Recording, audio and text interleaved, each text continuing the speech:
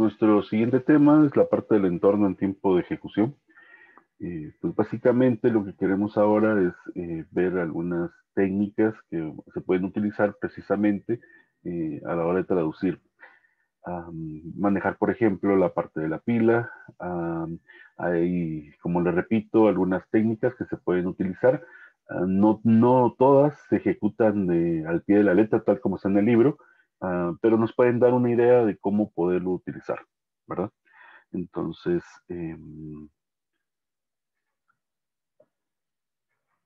antes de empezar ya con la parte de ese capítulo, que es el capítulo 7, vamos a ver cómo resolver el 6.7.1 del inciso A. Ustedes tienen ahí el otro. Entonces, considerando la traducción de la figura 643, que es lo que se refiere al parcheo de retroceso, mostrar las listas de verdadero y falso de cada una de las subexpresiones para esta expresión. Entonces, la cuestión es que vamos a verificar si A es igual a B, y de ahí dentro de paréntesis, porque queremos ejecutar eso primero, aparece por la precedencia, entonces se aplican los paréntesis, si C es igual a D o si E es igual a F, ¿verdad? Entonces, básicamente, recordarnos un poco de esta técnica, es para no utilizar o no repetir tanto la parte de las etiquetas. Entonces, pues sería esa técnica para mejorarlo. En el proyecto no, creo que no hay ninguna restricción acerca de eso, entonces ustedes si lo quieren hacer por cortocircuito lo pueden hacer así. Si quieren utilizar de una forma descendente, lo pueden hacer descendente. Si lo quieren hacer ascendente, va a quedar ascendente. La diferencia es que si lo hacen ascendente, que para cuestiones del analizador, pues es más adecuado porque es un analizador ascendente. Entonces, pero van a quedar aún más etiquetas que como está en el libro de la definición que es descendente. Si fuera descendente, podrían hacerlo de varias formas. Una es con el árbol. Entonces, ya teniendo el árbol, pues hacen recorridos. Otras manejando la pila, ¿verdad? Retrocediendo en la pila para poder acceder a los elementos que están pues previos, que fueron almacenados de alguna manera. Entonces, las dos formas son formas de simulación de los atributos heredados cuando nuestro analizador no es o no puede manejar directamente la parte descendente, ¿verdad? De hecho, en el proyecto eso quedó así. Cuando les califiquen, lo pueden hacer de las dos maneras, ¿verdad? Me imagino que ustedes utilizaron también el árbol, porque si ya tienen el árbol, entonces lo pueden hacer para que puedan simular precisamente esos atributos heredados, ¿verdad? Eh, no sé si ya les repartieron los listados, los estudiantes fueron repartidos en todas las secciones, entonces algún otro auxiliar les puede calificar, pero ya saben ustedes que, por ejemplo, para esa restricción que había, que solo había que utilizar la pila, pues pueden utilizar el árbol, ¿verdad? Entonces no les pueden pues calificar mal de esa manera porque está abierto a como ustedes lo quieran resolver. Lo mismo sería esto.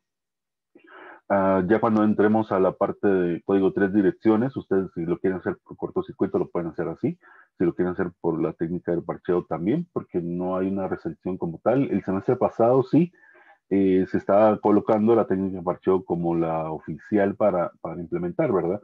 Sin embargo, siempre se dejaron las dos y se les dio un punteo a cada una, entonces eh, si lo hacen primero por cortocircuito y les da tiempo para hacer la técnica de parcheo, pues entonces lo podían hacer, ¿verdad? Perdón. Entonces, vayamos viendo parte por parte. De hecho, si empezamos a ver o verificar que A sea igual a B, entonces pues va formando el árbol de esa manera. Y cuando vemos la parte superior o la parte raíz de ese, llamémosle esto árbol, cuando A es igual a B, entonces tenemos que generar el B.true, el B.false, que sería en la parte de cuando es verdadero, cuando es falso. En el ejercicio decía que empezaba siempre de la posición 100, entonces, pues básicamente empieza en la posición 100, de ahí luego el falso sería la posición 101. Hasta ahí quedaríamos con el A igual a B. Recuerden que como lo estamos haciendo de una forma ascendente, Entonces, antes de que empiece por el i, ¿verdad? El doble ampersand, tenemos que verificar primero la parte más baja de la parte derecha del árbol, que la parte derecha se va a generar con el O del C es igual a D y el E es igual a F, ¿verdad? Entonces, de hecho, de ahí tenemos que verificar que C sea igual a D. Si se dan cuenta, en el ejercicio, en ese inciso del libro, utiliza los mismos operadores, entonces C es igual a D, va a aparecer la misma parte del subárbol anterior. Lo único es de que acuérdense, como ya vamos con una forma iterativa de estar generando, pues entonces ya tenemos el 101, ahora nos toca el 102 para true, luego el 103 para false. De la misma forma, antes de poder llegar a ese O, para poder empezar a subir, pues generamos el E, si el E es igual a F. De la misma manera que los dos anteriores, también se genera este tercero. Entonces tenemos, como ya teníamos el 103, entonces generamos el 104 y el 105, ¿verdad? Entonces ahora sí ya tenemos, por decirlo así, las hojas del árbol que estamos generando para poder mostrar esta información. Luego, como ya tenemos, ahora sí ya podemos empezar a subir, entonces empezamos con el O del paréntesis, porque el paréntesis nos define esta precedencia, que queremos ejecutar primero esto, aunque la precedencia nos hubiera dicho que primero teníamos que haber hecho el I, ¿verdad? Entonces, teniendo ya la parte del O, pues entonces acuérdense que por la definición, vamos a tener el O, pero además vamos a tener la parte del epsilon, ¿verdad? Se recuerdan que se genera un M, que genera que produce un epsilon, que de hecho es eh, pues la siguiente operación que vamos a tener. Por ejemplo, MI va a ser 104, porque aquí el siguiente sería 104, ¿verdad? Entonces, como ya tenemos generado estos números, entonces ya podemos generar este y ya empieza a subir, ¿verdad? Entonces, como ya tenemos toda la producción para poder hacer esta reducción, entonces ya generamos el B-true de esta, por decirlo de ahí, así, de esta raíz, ¿verdad? Entonces, como es un no, de hecho puedo empezar con cualquiera de los dos lados. Entonces, el B-true va a ser la unión de 102 y la parte del 104. Entonces, eso sería nuestro B.true, ¿sí? La parte final, de hecho, podría ser, si hubiera sido cortocircuito, podríamos haber tenido el 103 como es un o la parte final hubiera podido ser 105, ¿verdad? Entonces, de hecho, ahí es donde empieza la parte de la técnica del parcheo. Entonces, yo no necesito los dos, porque si no, entonces generaría ambas etiquetas, tanto para la parte del 103 como para la parte del 105. Entonces, no me sirve porque de hecho los dos van a terminar en un punto, por ser uno. Entonces, por decirlo así, lo estoy unificando. Entonces, ¿cuál es el que utilizo? El último. Entonces, por eso b.false va a obtener este valor de 105 para que sea una única etiqueta, ¿verdad? Entonces, de ahí yo ya puedo asociar precisamente los finales de las etiquetas ya cuando estoy construyendo el código de 3 direcciones y ya tenga los gotos, ¿verdad? Entonces, ya teniendo esto, pues entonces yo ya puedo hacer precisamente la reducción de estos dos, porque acuérdense que me hacía falta el i. Hasta que ya tuviera esta parte, la parte derecha del árbol, entonces yo ya puedo empezar a subir para ya tener el último, que sería este ya con el i. De hecho, el i funciona similar al o. Lo único es de que como es un i, acuérdense que la parte del falso ya no puedo escoger o no puedo seleccionar solo el último, ¿verdad? Entonces, acuérdense que siempre hay un m que va a producir ese epsilon, entonces este siempre es el siguiente. El siguiente entonces es el 102, ¿verdad? Porque es el que le corresponde. Igual como aquí funcionaba con el 104, aquí va a ser 102. Ya teniendo esto, entonces sube, ¿verdad? Entonces, ¿quién es B.true? Sería entonces la parte del 102, 104, ¿verdad? Y la parte del false sería entonces la parte del 105, perdón, 101 y 105, ¿verdad? Entonces, ¿por qué este es 102, 104 y no funcionó como este lo, que era 102 y 104? a su izquierda y a su derecha, porque este es un i, ¿verdad?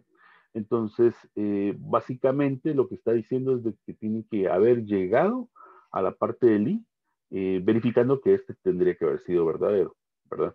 Entonces, la idea es no poner el 100 porque como es un i, entonces no es necesario ponerlo, ¿verdad? Entonces solo agarra el de la derecha, pero como el de la derecha ya está doble, entonces por eso tiene 102 y 104, ¿verdad? El b.false, entonces ahí sí, como es un i, entonces yo no puedo solo seleccionar el último, ¿verdad? No puedo reunir esa parte de esas, llamémosle etiquetas. Entonces ahí sí tengo que tener el 101 y el 105 porque así me dice la definición que estoy utilizando, ¿verdad? Entonces, pues básicamente ese sería el árbol. Si alguien le puso el epsilon por acá, pues también está correcto, ¿verdad? No hay ningún problema. Lo único que nos indica eso es lo que nos va a ayudar para poder traer ese siguiente valor, ¿verdad? Acabo de revisar de los que acaban de subir su tarea y precisamente todos lo tenían de esta forma, entonces yo creo que no hay duda con estos árboles que se generan, ¿verdad? Entonces, los que no han hecho la tarea o no la han subido, súbanla. Y de todos modos todavía hay otro más que hay que hacer, entonces ahí ustedes lo terminan, ¿verdad? Ok, entonces ya cerrando ese paréntesis, pues ya vamos a empezar entonces con la parte de la organización de almacenamiento. Desde principios del curso les decía de que aquí tenemos un poco de problema porque de hecho todo este tema que viene del capítulo 7 lo van a volver a ver, o mejor dicho, lo van a ver precisamente en sus cursos como Arqui 1, que sí está en el mismo semestre, pero no necesariamente va a estar al mismo tiempo en que Compiladores 2 lo está enseñando. Entonces, ahí tenemos un pequeño problema, ¿verdad? Otro problema es de que también se enseña en la parte de sistemas operativos. De hecho, si ustedes ven el programa del curso, toda la parte de administración de memoria está en una de las unidades de sistemas operativos, que es un curso post requisito de este. También incluso en el curso de sistemas operativos 2 también van a ver otra parte desde otra perspectiva, siempre administración del almacenamiento y la parte de ejecución de procesos. Entonces, ahí es donde les decía, tenemos un problema con eso, entonces igual no podemos exigirles llegar a una parte como assembler, porque igual los que estén llevando Arqui 1 ahorita, pues entonces ahorita lo están aprendiendo, ¿verdad? Entonces sería lo ideal, tendría que haber sido que primero llevaran Arqui 1, llevaran sistemas operativos 1 y posteriormente pues ya estuviera compiladores 2, ¿verdad? Entonces se ha quitado algunas cosas de los proyectos acerca de esto. Sin embargo, como están haciendo la traducción y lo que quieren es ejecutar, siempre se tiene que manejar de una manera simulada, ¿verdad? Entre comillas, porque de hecho lo vamos a dividir en dos, en la parte del stack, la parte del heap. Lo único es de que lo estamos haciendo de una forma simulada. ¿Qué significa eso? Que realmente no están tocando ustedes ni el stack ni el heap, sino que simplemente están creando dos arreglos, uno que se llama stack y uno que se llama heap, ¿verdad? Para que ustedes empiecen a manejar esos conceptos porque lo van a aprender en su siguiente curso y de hecho en Arte 1 también lo tienen que ver, ¿verdad? Entonces, bueno, es más detallado en la parte de sistemas operativos 1 y sistemas operativos 2, ¿verdad? Entonces, ahí pues van a tener un poco más de fundamentación en cuanto a estos conceptos. Entonces, básicamente solo es como un recordatorio. Acuérdense que cuando hacemos pues ejecutamos cualquier proceso, en la memoria más o menos vamos a tener diferentes áreas para poder colocarlo. Entonces, según la figura del libro, pues entonces vamos a tener un área que va a ser la parte del código, vamos a tener otra área que va a ser la parte estática en sí, y de ahí entonces, de ahí manejamos la memoria y la vamos a dividir en dos, la parte del stack y la parte del heap, ¿verdad? Eh, Eso es cuando ya lo hacemos de una forma directa, ¿verdad? Lo manejamos de una forma física. Como les repito, eso lo van a hacer hasta en esos cursos. En este punto nosotros no podemos manejarlo porque de hecho faltan muchos conceptos más para poder terminar. Entonces, lo que se hace es una simulación de estos dos, ¿verdad? Entonces es como que fuera un arreglo stack, un arreglo heap, y ustedes deciden qué van a poner en cada uno de esos. Lo único es de que no hay una forma específica de decir qué va en cada cosa, entonces hay que definirlo. De hecho, en el proyecto está definido, entonces ustedes ya saben qué es lo que van a poner en cada cosa, ¿verdad? Entonces, por ejemplo, si regresamos a algo como lo que sí se hace, por ejemplo, cuando ustedes llevan su curso de estructuras de datos, en C++, sí hay una separación de eso, ¿verdad? Tenemos el stack, tenemos el heap. En el stack nosotros vamos a almacenar todo lo que es estático, todo lo que pues prácticamente no crece en el sentido de utilizar, por ejemplo, punteros. Entonces, mediables no manejemos punteros, todo se queda en el stack, ¿verdad? Aunque nosotros internamente no lo estamos manejando, eso solo sabemos que así lo va a hacer, ¿verdad? Cuando nosotros ya definimos un puntero, por ejemplo, una instancia, pues ya sabemos que si estamos manejando el puntero, entonces nosotros ya vamos a manejar el heap, ¿verdad?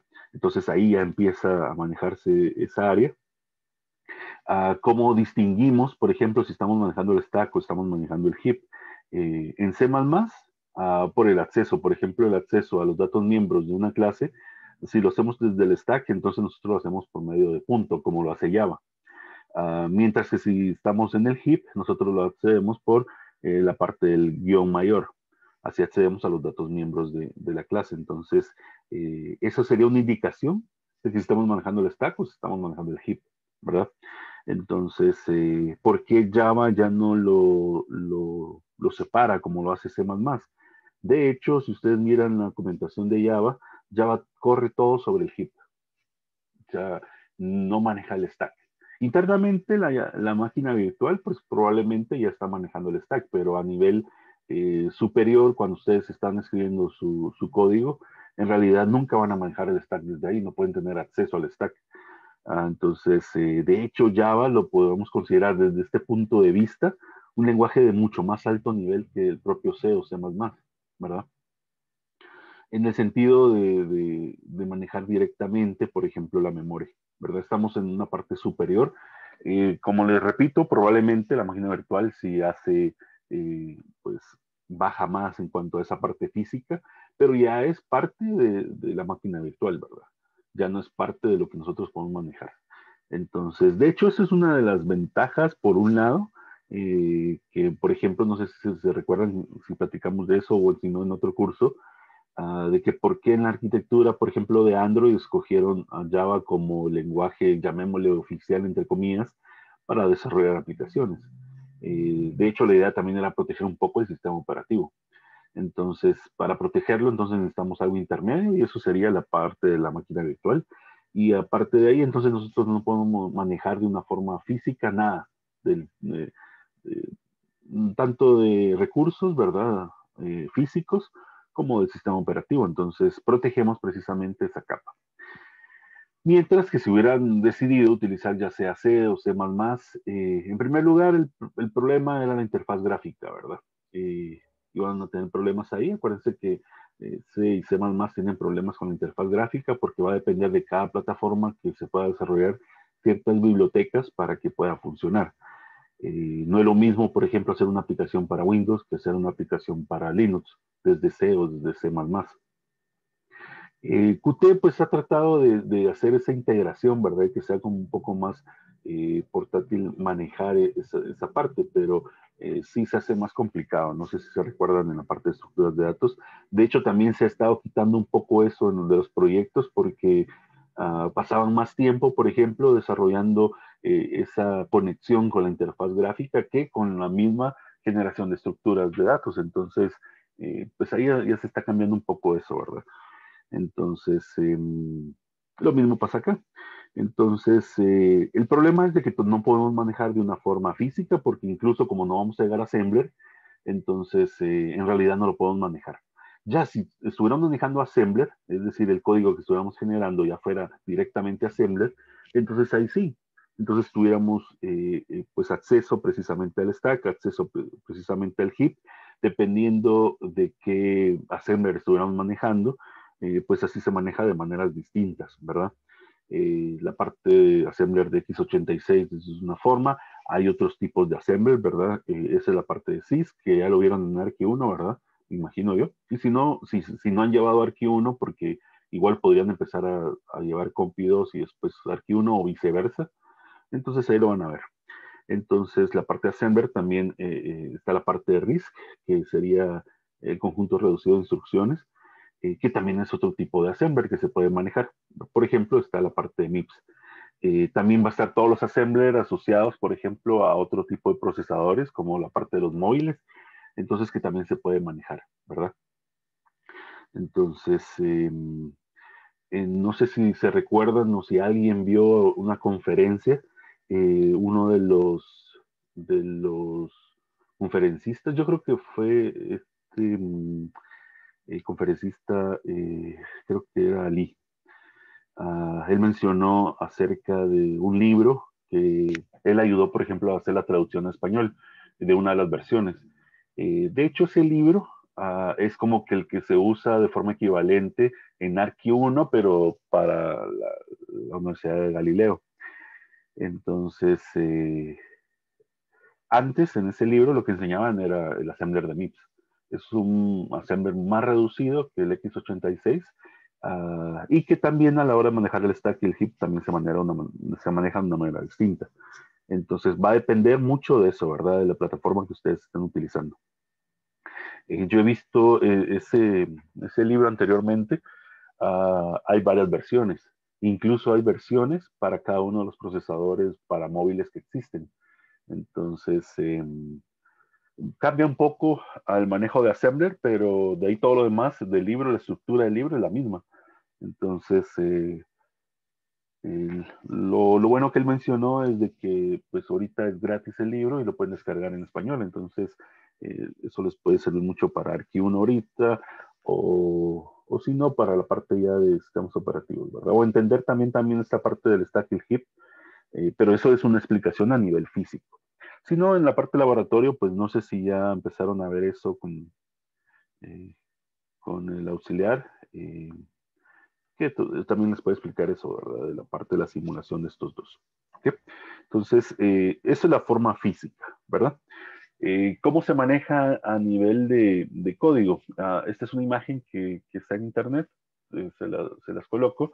Tenemos, por ejemplo, en la parte izquierda está el código, es un código en C. Y pues básicamente lo que está explicando es cómo vamos a meter cada uno de las instrucciones cuando se van generando, por ejemplo, ciertas variables. Por ejemplo, lo primero que hacemos es la declaración de una variable en tipo entero. Eso, de hecho, hasta lo menciona ahí, se va directamente al stack, por eso está esto acá. Luego declara un puntero, que yo creo que en el proyecto ahorita no se va a manejar la parte de los punteros, entonces, bueno, en el sentido estricto del lenguaje, ¿verdad? Sí debería de manejar punteros del stack y del heap, entonces, pero es a nivel de índices, entonces también es una simulación de los punteros. Entonces aquí declara P, por ejemplo,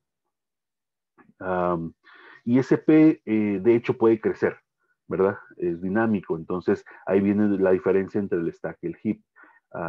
La declaración del P sí va a estar dentro del stack, pero el acceso a sus datos, cuando ya haga la solicitud del espacio de memoria que voy a utilizar, entonces ya lo piden y lo piden el heap, ¿verdad? Entonces, de igual forma, si se manejan aspectos globales, hay otra parte para la parte global. Entonces ahí donde les digo, ¿verdad? Por ejemplo, a los auxiliares, pues, o en la parte del proyecto, definen todo esto para meterlo al stack, toda la parte de los parámetros, porque se debe manejar de esa manera. Aunque, según el libro, ustedes, el código 3 direcciones, no deberían de manejar esa parte, porque de hecho todavía estamos en la parte, llamémosle, inicial de la traducción. La parte del heap y el stack lo deberían de manejar cuando ya están generando assembler, ¿verdad? Entonces, el problema es que no generamos assembler, entonces, ¿y qué hacemos con esa parte? Por eso es de que se hace una pequeña simulación del stack y el heap. ¿Con qué? Con dos arreglos, ¿verdad? Esa es la forma en que se va a hacer. Entonces, también vamos a tener que, si se dan cuenta aquí, la parte de la estructura de la memoria está de forma inversa. a la hora de verlo, pues no debería haber ningún problema si lo vemos de abajo hacia arriba o de arriba hacia abajo. Si se dan cuenta, el orden siempre es el mismo. Siempre vamos a tener un espacio aquí en medio de esos dos que puede ser variable dependiendo cuál está creciendo más, ¿verdad? Eh, por la parte del hip. Ahora hablemos un poco de la asignación. Todo el capítulo 7 es muy teórico. De hecho, no propone soluciones, llamémosle prácticas, en el sentido de implementación. Entonces, pues básicamente lo que queremos es que solo tengan una idea para que puedan implementarlo de esa forma, ¿verdad? Por ejemplo, la parte de los parámetros de las funciones, de hecho, en el proyecto los define que ustedes van a declarar la función, no van a crear como el código de 3 direcciones aparece con el param, por ejemplo, de cada uno de los parámetros o argumentos, sino que lo van a manejar en el stack, van a meter precisamente cada uno de esos parámetros ahí, generando un ámbito, ¿verdad? Para ejecución.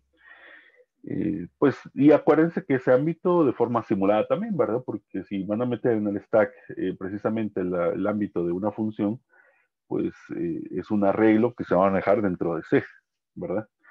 El código de 3 direcciones lo vamos a ejecutar en C. Entonces, tenemos que cumplir ciertas reglas. Por ejemplo, la parte del param, la parte del call de la función no puede existir porque no están esas palabras, llamémosle reservadas en C. Entonces, para poderlo solucionar, lo que van a hacer es dejarlo como una función. Lo único es que los parámetros no los van a dejar de forma explícita, sino que lo tienen que manejar desde el stack, porque tienen que saber en qué parte del ámbito de la función o de la ejecución de la función están, para saber en qué parte están manejando, ¿verdad? Entonces, dentro de la parte de la asignación, vamos a tener la parte estática y dinámica. La parte estática es cuando el compilador la puede realizar al ver el código. Y la parte dinámica, cuando el compilador solamente la puede realizar en tiempo de ejecución, ¿verdad? Entonces, por eso es de que el heap está relacionado mucho con la parte dinámica, el stack mucho con la parte estática, porque cada uno de ellos, uno es en tiempo de compilación y otro es en tiempo de ejecución, ¿verdad? Dentro de la asignación dinámica, y aquí podríamos llegar a tener un poco de conflictos, porque habla de una asignación dinámica en ambos. Entonces, el almacenamiento stack sirve para nombres locales de procedimientos y el almacenamiento de heap sirve para datos que pueden durar más que la llamada del procedimiento. Entonces, para no confundirse, véanlo desde el punto de vista de los procedimientos o de las funciones. Por eso estamos hablando de una asignación dinámica. Porque si nos regresamos, por eso les mencioné la parte de C++ con la parte del stack y el heap, esto no está definido de esta forma. O sea, el stack ustedes lo manejan si no usan punteros, así de sencillo. Si usan punteros en C++, están usando el heap. Entonces, no necesariamente porque sean procedimientos o no. Aquí porque nosotros estamos sacando precisamente los parámetros del procedimiento o de la función, que es que estamos manejando de una forma, llamémosle dinámica, ¿verdad? Entonces, el inciso 7.2 se refiere a la asignación del espacio en la pila o en el stack. Entonces, precisamente van a proporcionar diferentes técnicas. Como les digo, no es necesario, por ejemplo, vamos a hablar, por ejemplo, del registro de activación. No es necesario que el registro lo usen tal como está en el libro, ¿verdad? Puede ser de que alguno de los elementos ustedes no lo consideren necesario, entonces lo pueden obviar. O puede ser de que ustedes quieran manejar algún elemento más, entonces lo pueden agregar. Eh, Básicamente no es una camisa de fuerza, por decirlo de esa forma, sino que es para darles una idea, ¿verdad? Entonces, en la pila o en el stack se van a almacenar las estructuras de datos conocidas como registros de activación, ¿verdad? Estos registros van a ser generados durante las llamadas a procedimientos, ¿sí?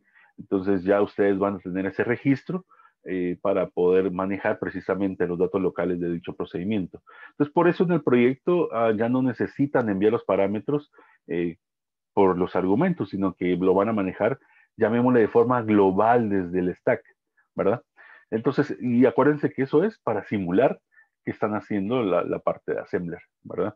Entonces, pues básicamente es por eso, porque no habría necesidad. De hecho, en el libro, el código 3 direcciones no tiene necesidad de manejar eso, ¿verdad? De hecho, ustedes solo deberían de poner param, cada uno de los argumentos que se manejan y de ahí call la función, ¿verdad? Eh, Ahora, ¿en qué momento ustedes se encargan de regresar al punto que los llamó? De hecho, ahorita tampoco lo podemos hacer. Entonces, va a ser también simulado un return que vamos a poner dentro de la función, ¿verdad? En la parte de, por ejemplo, para comentarles un poco, en vacaciones, estamos usando el código que era una mezcla entre el assembler de MIPS y la parte PHP, entonces era como una mezcla entre esos dos. ¿Por qué mezclé esos dos? Por la parte de los registros. Los registros del procesador en MIPS se manejan con dólar. Entonces es muy parecido a cómo se manejan las variables en PHP. Entonces yo podría estar haciendo como la implementación, como si fuera un assembler de MIPS, pero corriéndolo desde PHP. Entonces usamos PHP para correrlo. Lo mismo van a hacer ustedes, lo único que ahora lo van a correr en C. Entonces, por ejemplo, las variables no van a ser con dólar. Entonces, pues va a ser una variable normal. Están definidas que no pueden usar todos los tipos de datos, porque acuérdense que estamos simulando que están en un ambiente un poco más físico, más de bajo nivel, ¿verdad? Entonces, les comentaba, bueno, cuando terminemos esta presentación les puedo enseñar un poco de un código que se generó. Los procedimientos o las funciones las habíamos definido de tal forma que se iba a simular la llamada con la parte de las etiquetas. Es decir, ustedes podían hacer un goto. Goto, una etiqueta, y esa etiqueta lo que tenía como inicio era precisamente el procedimiento función. Entonces, pero ¿cómo regresaban precisamente al que lo llamó? De hecho, había un goto hacia la llamada inicial, que era la siguiente instrucción. Entonces tenían que poner una etiqueta ahí para que pudiera regresar el procedimiento a quien lo llamó. Y así podían estar llamando varios procedimientos y estar viajando en el código, y todo, ahí sí era un poco más bajo nivel, a como lo van a manejar ahora. Porque entonces parecía más un assembler de MIPS que ahora que un assembler, por ejemplo, x86, no se va a parecer mucho a lo que ustedes van a generar. Um, entonces, las variables, por ejemplo, también manejábamos un stack. Lo único es de que no era un stack único, porque entonces habría que hacer, por ejemplo, cualquiera de las técnicas que vamos a ver el día de hoy, o las que van a ver en el laboratorio. Entonces, para hacerlo más fácil, lo que hacíamos era, por cada llamada que hacíamos, incrementábamos precisamente ese stack. Por ejemplo, tenía un nombre, llamémosle dólar A, por ejemplo. Dólar A era el nombre del stack. Entonces, para cada una de las llamadas, podíamos poner dólar A1, dólar A2, dólar A3 y así sucesivamente. Entonces, ahí estamos marcando precisamente cada uno de ellos. De hecho, dentro de un momento que miremos una estructura que se llama display, es parecido a cómo se implementó en vacaciones la parte de la llamada a las funciones. Eh, entonces cada uno de la parte estaba en un stack diferente. Ahora, ¿qué van a hacer ustedes? Manejar un solo stack. Entonces lo que están haciendo es, cada vez que hacen una llamada a un procedimiento, hacer un push de todo el registro, y cada vez que ya regresan, hacen el pop para regresar al ámbito anterior, ¿verdad? Eso es lo que precisamente tienen que hacer. Si una activación del procedimiento P llama a un procedimiento Q en general, ¿verdad? Entonces la activación de Q debe terminar antes que la activación de P. Entonces ahí es donde se sobreentiende que se va a manejar una pila, ¿verdad? Pero hay tres casos. Los casos son, por ejemplo, que la activación de Q termina en forma normal, entonces se reanuda después del punto de que P hizo a la llamada Q. Eso es como la parte normal. El problema es cuando la activación de Q, directa o indirectamente, aborta. Entonces, P debería terminar con Q, ¿verdad?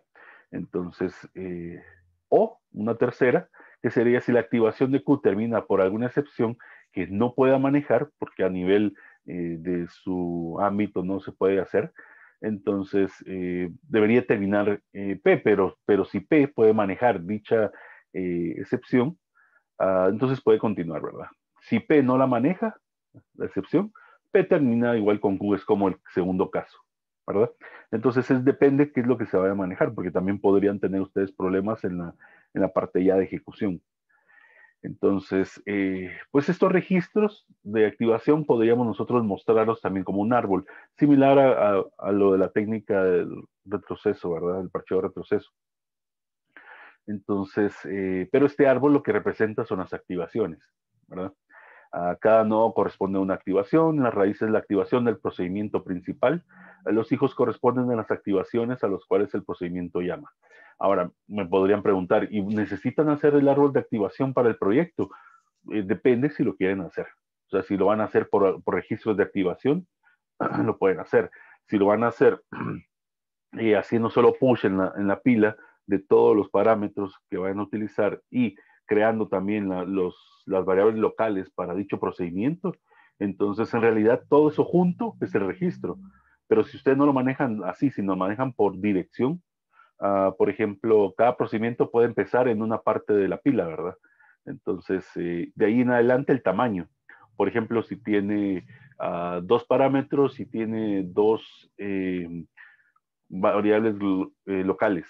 Entonces, ese i que estoy corriendo del procedimiento es un i más 4, ¿verdad? Ese sería el tamaño de la pila que se está manejando. Aquí lo que manejaríamos no es el tamaño, sino es el registro mismo, ¿verdad? Todo ahí está dentro del registro. Entonces, son dos formas distintas de hacer la parte de procedimientos. Como les digo, ¿cómo lo hacen ustedes? Como ustedes gusten, ¿verdad? Lo que se les haga más fácil, si esto les da un poco de ideas sobre cómo manejar la parte de los parámetros de los procedimientos, pues lo pueden manejar así, ¿verdad? Se me había olvidado decirles, en en vacaciones, cuando hacíamos regresos de los procedimientos, lo hacíamos precisamente con un goto. Entonces, eso en MIPS no es así. Eso en MIPS sí hay un registro que precisamente hace ese retorno, entonces tiene la dirección del que llamó, ¿verdad? Entonces, pues básicamente esa dirección del que llamó van a ser los índices que ustedes van a manejar, ¿verdad? Dentro del stack. Entonces ya saben a dónde, a qué parte tienen que regresar, ¿verdad? Entonces, se hace de esa forma. Por ejemplo, entonces hay un esquema de una parte en Quicksort. No precisamente cómo ejecuta, sino cuáles son las llamadas que se van a hacer, ¿verdad? Tenemos, por ejemplo, tenemos el main, que sería este. Tenemos una lectura del arreglo, tenemos la definición, como que dice, de los límites de dicho arreglo. Ahí mandamos a llamar al quicksort de 1 a 9, porque esas son las posiciones del arreglo que yo quiero ordenar, ¿verdad? Entonces, lo primero que hace es llamar a la lectura del arreglo, que de hecho eso está acá. Lo que hace es la lectura de 9 enteros. No nos interesa el código, lo único que nos interesa es de que va a llegar a este punto y hay un punto de retorno, ¿verdad? Ese punto de retorno vuelve a regresar acá. De ahí hace esto, eso sí es a nivel local, perdón. De ahí hace el quicksort. De ahí manda a llamar al quicksort, se viene para acá, pregunta si n es mayor que m. N, acuérdense que es el de la derecha, ese sería el 9. Si 9 es mayor que 1, va a entrar acá y de hecho sí va a entrar. La idea es de que llegue hasta cuando sea igual, porque ya cuando sea igual, entonces ya es el punto de regreso de la parte de la recursividad. Entonces, por ejemplo, aquí está tomando en cuenta quién es i, que sería como nuestro pivote, por decirlo de esa manera. Entonces, va a ser como quien dice la mitad, ¿verdad? Pero a veces el asunto es de que si tenemos pares o impares, tenemos que decir cuál es esa mitad. Entonces, ese procedimiento lo hace en esta partición, ¿verdad? Entonces, y lo va a dividir en dos. Una parte de A, que sería el arreglo desde M hasta P-1, que sería este, y otra parte de P+1, porque P es la parte del pivote, hasta N, que sería la terminación, y lo que retorna es P, es básicamente retornar el pivote, ¿verdad? Entonces eso es lo que va a devolver esto, porque de ahí en adelante yo puedo hacer dos llamadas, o de hecho tengo que hacer dos llamadas a Quicksort que van a volver a hacer, ahí es donde entra la parte de la recursividad, desde M hasta I-1, porque ahí acuérdense que es el pivote, es decir, P, y de 1 más I, que sería P+1, hasta N, ¿verdad? Entonces vuelvo a mandar a llamar, pero cada uno de los llamémosle arreglos así, lo único que estoy haciendo es manejando los índices, reduciendo. Muy parecido a como hace la búsqueda binaria, de estar partiendo el arreglo, ¿verdad? Aquí lo hacemos exactamente lo mismo, Solo que no lo estamos partiendo para buscar, sino estamos partiendo para ordenar, ¿verdad? Entonces, de ahí en adelante, vuelve a entrar aquí, si todavía es mayor, vuelve a hacer otra partición y así sucesivamente, ¿verdad? Lo que nos interesa son las llamadas, para poder representar precisamente esas activaciones. Entonces, en el libro también menciona las posibles activaciones que puede tener el programa anterior. Entonces, pues entra primero al main, luego entra a la lectura de los arreglos, se sale de esa función, entra al quicksort, entrando al quicksort va a entrar a la partición de 1 a 9, deja la partición de 1 a 9 para poder entrar a quicksort de la parte, llamémosle inicial, hasta 1 antes del pivote. Por eso es de que aquí los parámetros cambian, es de 1 a 3. De ahí deja 1 a 3, dependiendo que es ya teniendo los ordenamientos, o si es que ya tiene que bajar más o no, eso va a depender de qué es lo que se hace. Y de ahí la segunda parte, que es como el pivote nos devolvió 4, entonces la segunda parte es el quicksort con de 5 a 9. Entra el quicksort de 5 a 9 y de ahí lo deja cuando termine. ¿Por qué hay puntos suspensivos aquí en medio? Porque aquí no sabemos hasta dónde va a llegar, ¿verdad? Porque de hecho aquí todavía 3 es mayor que 1, 9 es mayor que 5. Entonces va a volver a hacer más llamadas. Por eso hay puntos suspensivos acá. Entonces, cuando terminó de hacer todas las llamadas, deja este quicksort de 5 a 9, por lo tanto ya termina porque es la parte derecha, en el árbol se va a ver, y luego entonces ya deja el quicksort de 1 a 9, en este momento ya se aleja, ya debería de terminar con el main, ya debería haber quedado ordenado el arreglo, ¿verdad? Ya viendo a la parte del árbol, que precisamente representa las llamadas durante ejecución del quicksort, vamos a tener cada una de esas activaciones, ¿verdad? Entonces, se dan cuenta. Primero tenemos la parte del main. Manda a llamar a la parte esa es la lectura, el read array. eh, y de ahí regresa. Después de haber hecho el read array, define los mínimos máximos que sería en la posición 0, la posición 10. Ni siquiera regresemos para que no se me vayan a perder ahí. Ahorita estamos haciendo esto, ¿verdad? Entonces, por eso esto le llama, este es el M, este sería R, esto no lo hace porque no es ninguna llamada, es simplemente algo local, y de ahí manda a llamar a quicksort 19, ¿verdad? Entonces aquí vamos. M, R, regresa, manda a llamar a quicksort 19. Como ya es la última instrucción de M, ahí debería terminar. Lo único que aquí va a haber más subárboles adentro de él, ¿verdad? Pero cuando termine todo este subárbol, pues ya regresa a M y ya termina M, ¿verdad? Entrando a quicksort 19, recuerden que lo primero que hace es una partición. Entonces, si lo queremos ver así, es como que haya hecho esto, ¿verdad? Pues ahora le toca por acá. Después de haber hecho el quicksort, lo que primero que tengo que hacer es la partición. La partición es otra llamada, entonces por eso está aquí en otro nodo. ¿Y qué hace esta partición? Devolver el pivote, ¿verdad? Teniendo el pivote, en este caso va a ser 4. Entonces, divide precisamente eh, esa parte. Uno que va a ser, si este va a ser P, que en todo caso ya regresando a quicksort, es I, ¿verdad? Acuérdense que lo llama diferente. A nivel de partición se llama P, a nivel de quicksort se llama I. Entonces aquí es un I menos 1, por eso es 3. Aquí es un I más 1, por eso es 5, ¿verdad? Entonces vuelve a llamar de forma recursiva quicksort de 1.3, quicksort de 5.9, ¿verdad? Haciendo esta llamada, pues otra vez baja por acá, va a devolver el pivote, manda a llamar a la partición 1.3, devuelve el pivote de hecho fue 1, ¿verdad? Entonces aquí ya llegó, ¿verdad? El I menos 1 es 0, pero como no se va a llamar a nadie más, ahí termina, ahí ya empieza a hacer el regreso, ¿verdad?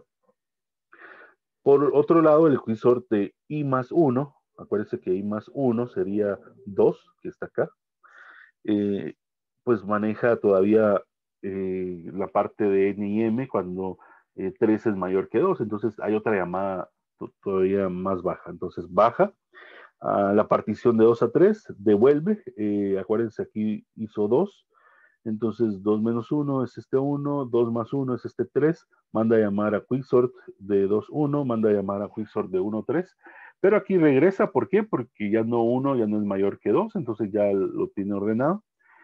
Y cuando manda a llamar a este tampoco, entonces ya empieza a regresar, ¿verdad?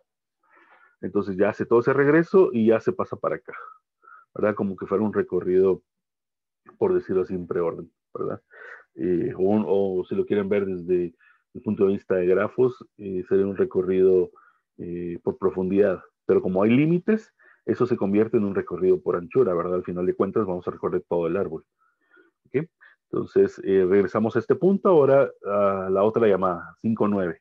¿Qué hace el Quicksort 5.9? Manda a llamar a la partición devuelve, ese valor va a ser 6, 6 menos 1 es 5, 6 más 1 sería 7, entonces manda a llamar Quicksort de 5.5. Como ya sabe que 5 no es mayor que 5, entonces ya regresa, ya está seguro que está ordenado. De ahí baja entonces con el 7.9, el 7.9 baja con la partición, devuelve la partición que sería 8, 8 menos 1, 7, 8 más 1, 9, manda a llamar a Quicksort de 7, 7, manda a llamar a Quicksort de 9 a 9. Aquí 7 no es mayor que 7, por lo tanto ya está ordenado, y aquí 9 no es mayor que 9, por lo tanto regresa, y de hecho va a regresar hasta acá, ¿verdad? Entonces así es como hace las llamadas cuando lo está manejando de una manera recursiva. ¿Okay? Entonces, básicamente por eso es de que se forma este árbol, ¿verdad? Este sería el árbol de activación. Cada uno de ellos representa las llamadas, ¿verdad? Que se van a hacer y en ese orden. ¿Para qué nos va a servir este árbol? Si lo quieren implementar, les puede servir para recorrerlo y poder empezar a crear, por ejemplo, los ámbitos de sus llamadas en la parte del stack, ¿verdad? Como les digo, no es necesario crearlo, solo para darles una idea, porque acuérdense que las llamadas recursivas no van a ser llamadas lineales, en el sentido de que hay una secuencia, ¿verdad? Yo llamo a una función, a un procedimiento, lo mandé a llamar, regreso. De ahí puedo llamar a otro, lo mando a llamar y regreso. Eso es secuencial. En cambio, la parte recursiva ya no, entonces podría formarse diferentes subramas en cada una de las llamadas. ¿Qué es lo que está sucediendo acá? ¿Verdad? Entonces, así es como vemos de esa forma. Con cada una de las llamadas, como les decía, vamos a tener un registro de activación. Tanto las llamadas a procedimientos como los retornos de los mismos se manejan mediante una pila en tiempo de ejecución, conocida como la pila de control. Eso es lo que ustedes van a manejar. Con un arreglo que se llama stack, ¿verdad? A nivel teórico, eso se conoce como la pila de control. Entonces, cada uno de ellos va a tener precisamente esos registros de activación. Esta es la estructura que sugiere el libro manejar para un registro de activación. Como les repito, no es necesario manejar todos esos datos para tener este registro. Ustedes lo podrían manejar con menos datos, ¿verdad? Sin embargo, debería de ser ideal que lo deberían de tener de esta forma. ¿Qué significa cada cosa? Vamos a empezar con la parte de hasta abajo. Si se dan cuenta aquí, vamos a ver la parte de los temporales. Los valores temporales van a ser los que vamos a tener de la evaluación a las expresiones, que normalmente no utilizamos registros. Registros ya en sí, por ejemplo, del procesador. Porque recuerden de que aquí estamos casi previo a generar código, pero código de bajo nivel. Entonces, cuando hablamos de registros, no de registro de activación, sino de registros, si por ejemplo ustedes leen por completo el inciso donde está el libro de esta parte, aquí habla también de que va a tener el resultado de los valores temporales por la evaluación de expresiones cuando eso no sea suficiente meterlo, por ejemplo, en un registro. En un registro del procesador, cuando ya lo estemos mandando a llamar, en Assembler sí podemos manejar los registros del procesador. Entonces, por eso necesitamos temporales. De hecho, todos esos temporales van a estar en esta área, ¿sí? A nivel de la llamada, ¿verdad? Vamos a tener también los datos locales del procedimiento, las variables que vamos a declarar dentro de dicho procedimiento o función, que le vamos a llamar datos locales, ¿verdad?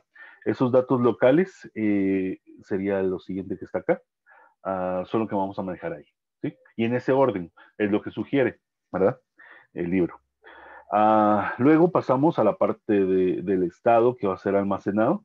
Ese estado almacenado justo antes del almacenamiento que se va a tener del procedimiento al que se acaba de mandar a llamar. Por ejemplo, Si es una llamada de una función y esa función llama a otra función, entonces el estado almacenado es precisamente en el punto donde me llamó la primera función. Ya cuando mando a llamar a la segunda función, pues ya se crea precisamente el ámbito de la otra función. Cuando regreso, yo necesito tener ese registro almacenado. Aquí es donde nosotros tenemos eso, ¿verdad? Ese estado almacenado, ¿sí? La parte cuarta o 4 es el enlace de acceso. El enlace de acceso, que es la parte 4, sirve para localizar los datos que necesita el procedimiento, ¿verdad? Entonces, y aquí es donde vienen muchas formas diferentes de hacerlo. ¿Por qué necesito un enlace de acceso si estoy manejando una pila, por ejemplo? Cuando estoy usando una pila, entonces yo simplemente entro a un procedimiento, hago push de todo lo que necesito y lo manejo. Cuando hago un return, debería hacer un pop y ya estoy en el ámbito anterior. Lo que pasa es de que acuérdense que pueden ser funciones recursivas, pueden ser funciones llamadas de forma distinta en distintos puntos del código. Entonces necesito ese enlace para volver a llegar a ese punto, para no repetir toda la información. Porque cada vez que entro otra vez al mismo procedimiento no debería estar creando todo de nuevo, podría reutilizarlo. Entonces ahí es donde me sirve mucho la parte del enlace de acceso. Luego el enlace de control, hacen el enlace de control que apunta precisamente al registro de activación del procedimiento, ¿verdad? Al que estoy ejecutando en la actualidad, por decirlo de esa forma, ¿verdad? Luego entonces también la parte de valores de retorno, ese espacio para valores de retorno de la función, ahí esto debe estar separado, se me pasó, que se llamó, si es que lo hay, ¿verdad? Porque también podrían no haber datos o no valores de retorno, ¿verdad? Y finalmente, los parámetros actuales, ¿verdad? Eh, los parámetros actuales que utiliza este procedimiento que está siendo ejecutado en este momento, ¿verdad? Entonces, como les digo, esto debería ser el orden sugerido para manejar estos registros. Incluso, ni siquiera ustedes necesitan un registro, ¿verdad? Pueden manejar espacios, por ejemplo, podrían hablar de forma general, ¿verdad? Podría ser que esta sería, lo voy a poner hacia abajo, pero igual lo pueden ustedes también colocar hacia arriba. Este es el índice 0, este es el índice 1, 2, 3, 4, 5, 6, y todo eso conforma el registro de activación, ¿verdad? Por ejemplo, aquí, para esto, podrían haber varios, porque podrían tener yo un int A, un int B, un int C para este procedimiento. Entonces, yo tendría 3 posiciones del stack, ¿verdad? Entonces, eh, por eso les decía, si ustedes lo manejan como un registro, es como en conjunto. Pero si ustedes lo manejan por variable declarada, entonces cada uno tiene su propia posición, ¿verdad? En la pila, ¿verdad? Eh, como les digo, esto está también muy relacionado con la tabla de símbolos, porque en la tabla de símbolos, cuando manejen ya su función o procedimiento, en ella tienen que definir cuál es el tamaño y dónde es que empieza los datos precisamente de dicha función. Entonces, para poder hacer la llamada, ¿verdad? Y saber qué parte de la pila es la que yo tengo que manejar, ¿verdad? Entonces, como les repito, esto es para la parte de esos procedimientos, pero con registro de activación, ¿sí? ¿Cómo se va a manejar la pila? Este es un ejemplo que también es del libro. Lo único que la pila la maneja inversa, es decir, el push lo hace por abajo, ¿verdad? Entonces, si se dan cuenta, en la parte A es el marco para main. En realidad, los marcos también se están refiriendo a los registros de activación de cada uno de ellos. Lo que pasa es de que también le llaman frame. Incluso en el libro da una explicación de que también se le puede llamar un frame, ¿verdad? Entonces, de primero ingresa al main. Ya teniendo este ingreso, pues hace las llamadas del árbol de activación. Ahí es donde viene la importancia del árbol de activación, ¿verdad? Por lo que en la parte B de esta figura, lo que vamos a tener es precisamente la llamada a R. Entonces, se llama R que, si se dan cuenta, en la parte izquierda es como que está mostrando lo que está sucediendo en el árbol de activación. En la parte derecha está mostrando lo que hay en la pila, ¿verdad? Entonces manda a llamar a R, R tiene su propio estado, además también maneja un entero por ahí, entonces por eso define este entero I. ¿Sí? Luego, cuando R es activado, así se le dice cuando es llamado, ¿verdad?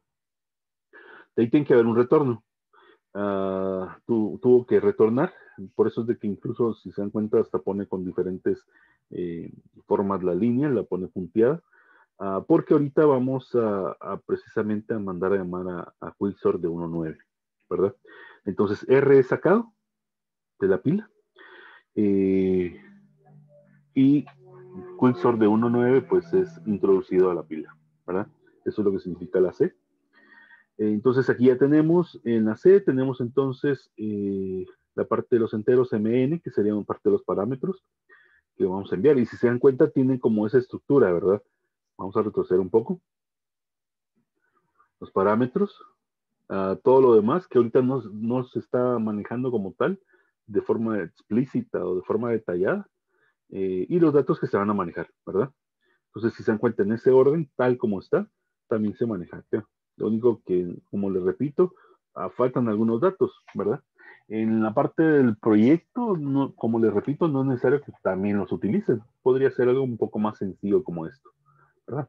Entonces aquí tenemos parámetros, de ahí todo lo demás que ya hablamos, que es la parte de en medio, y la parte de los datos locales que se van a manejar. Quicksort maneja un entero I, que es donde va a entrar la parte de la partición, cuando se mande a llamar. Entonces, de ahí pasamos a la parte D, que sería otro estado o en otro tiempo que tiene el árbol de activación, no necesariamente el que continúa, ¿verdad? Aquí sí estábamos como que por orden. Main, manda a llamar a R, regresa, manda a llamar a Quicksort 1.9, pero aquí estamos hasta abajo, por eso se adelantó bastante, ¿verdad? Aquí es cuando estamos regresando la parte de Quicksort 1.3, ¿verdad? Porque si se dan cuenta aquí está punteado, era cuando regresó partición, pero este también está punteado. Entonces regresó de Quicksort 1.0. Entonces en realidad estamos acá, ¿verdad? Cuando retorna a Quicksort 1.3 en ese punto del árbol cuando se está ejecutando, ¿sí? Entonces ya fuimos a R, regresamos. Fuimos a Quicksort, fuimos a partición 1.9, regresó. Fuimos a Quicksort 1.3, llamó a la partición de 1.3, regresó. Mandó a llamar a Quicksort 1.0, perdón, y ya regresó. Y aquí vamos. Entonces, cuando eso suceda, pues mi estructura de datos va a estar así. Tengo entonces la parte del main, tengo la parte de Quicksort 1.9, que eso todavía no le he sacado la pila porque no ha terminado, ¿verdad? De ahí tengo lo de Quicksort 1.3, de ahí lo de abajo debería haber tenido la partición, pero como ya regresé, ya se borró. De ahí mandé a llamar a Quicksort 1.0, a eso debería estar abajo, pero como ya regresó, también ya le hice un pop. Entonces ya ahora estoy en la actualidad que sería en este. ¿Con qué cosas? Con la parte de las dos variables, que fueron los parámetros, los enteros m y n. Todo lo demás que tenga Quicksort 1.3 y lo que es local, que para este caso el entero i, que es el pivote, ¿verdad? El que regresa a la partición. Entonces, lo mismo va a ser, ¿verdad? Cuando esto ya haya terminado, ya sabe que tiene que regresar a Quicksort 1.9, hace un pop de esto, quita esto, y esto estaría en la cabeza de la pila, ¿verdad? Entonces, y cuando esto termine, regresa con main y ese va a ser el que está. Y cuando, de hecho, este termine, también se va a salir, ¿verdad? Y saca ya todo. ¿Ok? Entonces, para entender la estructura que se maneja en el libro, acuérdense, los push los hace por abajo de la pila, ¿verdad? No está de esta manera, lo voy a poner acá.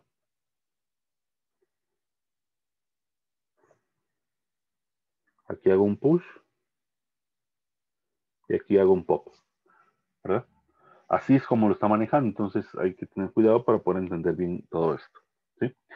Entonces, acuérdense que las pilas, al final de cuentas, uno las puede poner así, incluso las puede poner horizontal, pero tienen que saber de qué lado lo está poniendo, ¿verdad? Si del lado izquierdo o lado derecho. De hecho, cuando ustedes implementan una pila, lo hacen por medio de una lista, ¿verdad? Y si es una lista simplemente enlazada, pues lo que hacen es insertar al principio de la lista y cuando hacen un pop, sacar del principio de la lista. Por eso es de que una lista simplemente enlazada es muy adecuada para manejar una pila, ¿verdad? Y de hecho, el orden complejidad, acuérdense que era constante, ¿verdad? Porque es al inicio de la lista. No hay que recorrerla. Entonces no se convierte en una forma lineal. Entonces, y como les repito, no importa de qué lado, o sea, arriba, abajo, izquierda, derecha, lo que sí tenemos que saber es dónde es lo que estamos manejando para no confundirla, ¿verdad? Eh, no sé si tienen alguna duda hasta acá.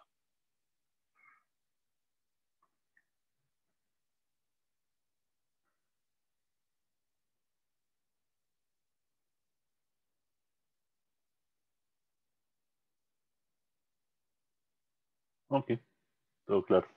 Entonces, como les repito, este va a ser el stack, ¿verdad? El que ustedes van a manejar. ¿Ok? Entonces, ahí van a ir ingresando precisamente cada uno de esos valores. Eh, yo revisé una de las explicaciones en uno de los laboratorios y pues básicamente solo maneja los parámetros, maneja los datos locales y esto internamente no se maneja, ¿verdad? Sino que lo manejan por medio, si fuera la parte de control y de enlace, con la tabla de símbolos. En la tabla de símbolos tienen precisamente de qué tamaño es en la parte de la pila, de qué punto empieza, ¿verdad?, de la pila para poder manejar. Y de ahí cada uno de los elementos adentro de la pila lo ponen abajo en la tabla de símbolos y ahí ponen entonces es cada uno. Entonces, es otra forma de hacerlo, ¿verdad? Son formas totalmente distintas. Aquí no estamos haciendo referencia precisamente a datos que estén almacenados en la tabla de símbolos. La tabla de símbolos nos va a servir para tener la información como tal, pero no la vamos a utilizar para la ejecución misma, ¿verdad? Entonces, son dos perspectivas totalmente distintas, ¿verdad? Aquí es un poco más dinámico, ¿verdad? Porque es lo que yo estoy insertando en la pila, pero con un registro por completo, ¿verdad? No por partes. Hablemos un poco de la secuencia de llamadas. Recuerden que no necesariamente va a ser solo una función la que vamos a llamar, o un procedimiento. Entonces, la secuencia de llamada consiste en código que se asigna a un registro de activación en la pila cuando se hace un llamado a procedimientos, ¿verdad? También va a haber una secuencia de retorno, no solamente una secuencia de llamada, sino también una de retorno. Una secuencia de retorno es un código similar, pero sirve para restaurar el estado de la máquina, es decir, la parte anterior, ¿verdad? Cuando regresamos. Entonces, ¿cuáles son los principios para diseñar esa secuencia de llamadas? Acuérdense otra vez, ¿verdad? Estamos con una parte bastante teórica que nos está sugiriendo una forma conceptual de solucionarlo. Esto lo único, lo aplicado sería que les pueda servir para entender un poco más ya cuando estén haciendo la parte de la ejecución, ¿verdad? Los valores que se comunican entre el emisor y el receptor, ahí hay que parar un poco y tenemos que en primer lugar saber qué es esto, ¿verdad? A lo que se refiere es de que hay un punto en el cual alguien está llamando, ese sería el emisor. Y el receptor sería la función o procedimiento al cual estoy llamando, ¿sí? Por ejemplo, si una función P llama a una función Q, entonces el emisor P manda a llamar a la función Q. Entonces uno es el emisor y otro es el receptor, ¿verdad? Entonces los valores que se comunican entre estos dos se colocan al inicio del registro de activación del receptor, lo más cercano al emisor. Lo que pasa es de que no sé si lo ven de una forma conceptual, ¿quién va a poner la información del siguiente?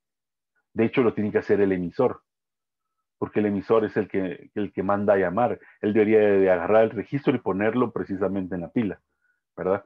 Porque el receptor no ha sido llamado. Cuando ya entró al receptor, él ya debería de tener toda la información en la pila, ¿verdad? Entonces, por eso es de que habla acerca de que el inicio del registro de activación del receptor, lo más cercano al emisor, o sea que hay una unión entre ellos. Además, como segundo punto, segundo principio, los elementos de longitud fija se colocan en medio, el enlace de control, el de acceso y el de estado, ¿sí? Que sería lo que vamos a trabajar. Esto se está refiriendo, perdón, a precisamente esta parte, ¿verdad? Toda esta parte de en medio se refiere precisamente a esos enlaces, tanto de control, de acceso y toda la parte de longitudes fijas, ¿verdad? Entonces, Como tercer punto, los elementos que no se conoce su longitud, porque puede ser parte de, como por decirlo así, memoria dinámica, se deben de colocar al final de registro. Por ejemplo, los arreglos dinámicos. Entonces, en ese punto, precisamente se habla. Uh, Ahorita vamos a hablar un poco también acerca de eso, de la parte dinámica. Sin embargo, ya hablé con los auxiliares y pues no está, o sea, quedamos en que errores en tiempo de compilación no van a ser calificados como tal. Sí podrían ustedes manejarlos para evitar que tengan problemas, pero por ejemplo, no sé, yo creo que era vos también, Marco, ¿verdad? Estamos hablando de qué pasa si es un arreglo dinámico y cuando regrese, por ejemplo, una llamada a una función, me está devolviendo el tamaño. Entonces yo cuando genero mi código de 3 direcciones no lo tengo. Entonces por eso es de que se están generando esas funciones a nivel de código de 3 direcciones para verificar precisamente esos tamaños. Entonces, en primer lugar, pues yo hablé con ellos. Entonces, primero no se están manejando arreglos dinámicos en esta parte. Entonces, eso lo pueden obviar. Y si se manejaran, sí, hay que hacer en tiempo de ejecución precisamente la verificación de eso, relacionada con la parte de su tabla de símbolos, ¿verdad? Que eso les va a delimitar mucho eso. Entonces, cuando regresa el tamaño, entonces ya tienen la parte de actualizada de su tabla de símbolos. Entonces, de ahí ya pueden, pues precisamente mostrar como errores en tiempo de ejecución. Como les repito, no se habló nada acerca de cómo se va a calificar esa parte, si va a haber o no va a haber. En teoría no va a haber nada, ¿verdad? De errores en tiempo de ejecución.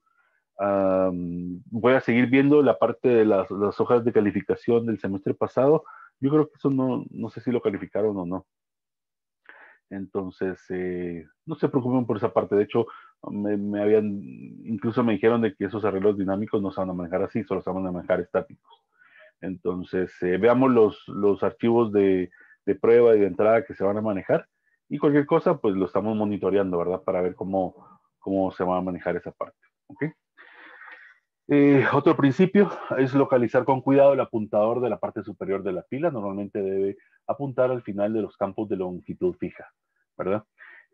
Aquí otra vez lo mismo, ¿verdad? En el libro habla acerca de un apuntador y es un apuntador en el concepto como tal de C o C++, ¿verdad? Sin embargo, no necesariamente tienen que ser así. Puede ser simplemente el índice del arreglo que ustedes están manejando, ¿verdad? Lo que pasa es de que son por tamaños, ¿verdad? Entonces, si hay un índice es un arreglo, pero a nivel, por decirlo así, a nivel de memoria, no hay arreglos. O sea, la memoria es como un gran arreglo, pero en realidad son arreglos con posiciones de memoria que no necesariamente los voy a utilizar de forma incremental, ¿verdad? Entonces, ni tampoco del mismo tamaño cuando pasa con un arreglo. Entonces puede haber un espacio de memoria que ocupe 4 bytes, puede haber otro espacio de memoria que voy a ocupar 8 bytes. Entonces, en realidad yo lo que le doy es la dirección de memoria. Por eso habla de los apuntadores. Pero como aquí estamos haciendo una simulación, entonces lo que ustedes trabajan son y el índice del stack o el índice del heap, ¿verdad? Entonces, de forma general. También hay otra imagen que es importante verla, que en realidad es la parte de la ejecución. Si se dan cuenta, este es el que manda a llamar, ¿verdad? Eh, y hay una parte de responsabilidad, ¿verdad? Que es también parte del que manda a llamar, que sería el receptor, ¿verdad? Por ejemplo, los parámetros y valores de retorno. Incluso a una parte del enlace de control, ¿verdad? Cuando ya lo pone ahí. Entonces, eso es responsabilidad del emisor, ¿verdad? La parte del receptor. De hecho, cuando él ya tiene su registro de activación, ya tuvo que haber sido mandado a llamar. Entonces ya es responsabilidad sí, del emisor, ¿verdad? Y aquí para abajo lo que siga, ¿verdad? Porque también aquí podría haber más llamadas, ¿verdad? Entonces, entonces a eso le vamos a llamar entonces el emisor, esto es el receptor. Eh, y hay una parte en la cual, como les digo, eso termina aquí, ¿verdad? Eso es como la finalización del registro. Lo voy a remarcar acá. Este es para, por decir así, el del emisor y este es el del receptor. Entonces, pero, si se dan cuenta aquí, como que marca que hay una responsabilidad del emisor, ¿verdad? Colocar todo eso acá, que en realidad ya es el registro como tal del siguiente que manda a llamar. Entonces, porque si no, ¿quién manda a llamar al siguiente y quién va a poner la información? Cuando el siguiente ya esté ejecutándose, ya debería tener los parámetros, si no, ¿quién va a poner esos parámetros? Más que el emisor, ¿verdad? Entonces, y de ahí, cuando termina cada uno de ellos, están estas flechas que va a regresar precisamente al control del anterior. Igual este para arriba, ¿verdad? Y depende quién manda a llamar, ¿verdad? El enlace de control, acuérdense que es el que manipula precisamente dónde estoy, ¿verdad? Y poder recuperar el estado anterior, que sería la parte del almacenado de datos. Entonces, de esta manera es como se va a trabajar, ¿verdad? Entonces, también hay datos de longitud variable en la pila. Ahí es donde entra la parte dinámica. Entonces, aquí se puede manejar de diferentes formas. Por ejemplo, tenemos un registro de activación para una función, llamémosle P, y lo que podemos hacer es de que nuestro registro de activación termina acá. Y vamos a tener punteros precisamente a cada uno de esos arreglos, ¿verdad? Pero como no tenemos el tamaño en sí de esos arreglos, entonces mi registro de activación termina, ¿verdad? Acuérdense que si estamos manejando de forma dinámica, se va a ir al heap. Entonces, todo eso es parte que va a estar en el heap, ¿verdad? Que en realidad solo es dónde está, ¿verdad? Porque en realidad no es el contenido, porque si no, eso va a empezar a crecer mucho. Y no voy a saber, por ejemplo, si hay un registro de activación aquí abajo para Q, por ejemplo, que es lo que está hablando de este. Y de ahí, por ejemplo, arreglos dinámicos para Q, por ejemplo, porque podrían haber más. Entonces, si se dan cuenta, hay un área, que es esta, que es la que puede cambiar de tamaño, ¿verdad? Hasta de cierta manera, por ejemplo, incluso este podría ser el que me está diciendo cuál es el tamaño de uno de los arreglos. Por ejemplo, yo me estoy inventando eso, ¿verdad? Entonces puede pasar, por ejemplo, el tamaño como un valor de retorno. Entonces ya ya puede actualizar precisamente el tamaño, por ejemplo, de B. Entonces, y él ya apunta a B y ya puede definir precisamente el tamaño que va a tener este B, ¿verdad? De esa manera lo vamos a poder manejar cuando es de una forma dinámica. Esa sería la ubicación que se le puede dar precisamente a esos tamaños. Pero sí, entonces uno es parte del stack, el tamaño entonces se va para el heap, entonces así no hay tanto problema de no tener ese espacio definido, porque este también es un espacio, ¿verdad? ¿Cómo sé yo cuánto voy a dejar antes de hacer la llamada a la otra función? Entonces no puedo saberlo previamente porque no me ha devuelto el tamaño de mi arreglo de la función al cual estoy llamando. Hasta que ya regrese en este punto, yo ya voy a tener ese tamaño. Entonces ya puedo crear ese espacio precisamente que va a ser dinámico, ¿verdad? Entonces eso muestra mucho eso del acceso, ¿verdad? ¿Qué pasa cuando tengo acceso a datos no locales en la pila? Siempre manejando el stack. Ese sería el inciso 7.3. Y aquí hay dos puntos. Podemos manejar los procedimientos que no tienen, valga la redundancia, procedimientos anidados, o los que sí tienen, ¿verdad? Entonces, empecemos con los que no tienen. En primer lugar, a las variables globales se les asigna un almacenamiento estático, ¿verdad? Para que dentro del procedimiento yo pueda poder acceder a ellos, ¿sí? Cualquier otro nombre local para la activación debe ser parte de en la parte superior de la pila mediante el apuntador. Eso se me había olvidado decirles aquí en una de las figuras, aquí están los apuntadores, ¿verdad? Eh, si esto tiene un tamaño distinto, esos apuntadores son espacios de memoria, no son índices, ¿verdad? Entonces, a nivel teórico, lo estamos manejando de esa forma. Deberían de ser direcciones de memoria. A nivel de implementación del proyecto, ustedes no lo manejan así, porque no están manejando tamaños de memoria. Incluso, por ejemplo, la parte de los accesos a los arreglos, ustedes lo van a hacer de manera directa. A nivel de código de 3 direcciones, ya no debería ser así. debería de manejarse, depende del tamaño de que se tenga. Por ejemplo, si son enteros, entonces el tamaño es 4. Si ustedes leen el libro, siempre van a ver que cuando habla acerca de cuestiones de arreglos, siempre define una variable temporal 4 y la multiplica por el índice que se está manejando. Eso es porque quiere ir al espacio de memoria donde está eso. Pero eso sí es a nivel de direcciones de memoria y de tamaños.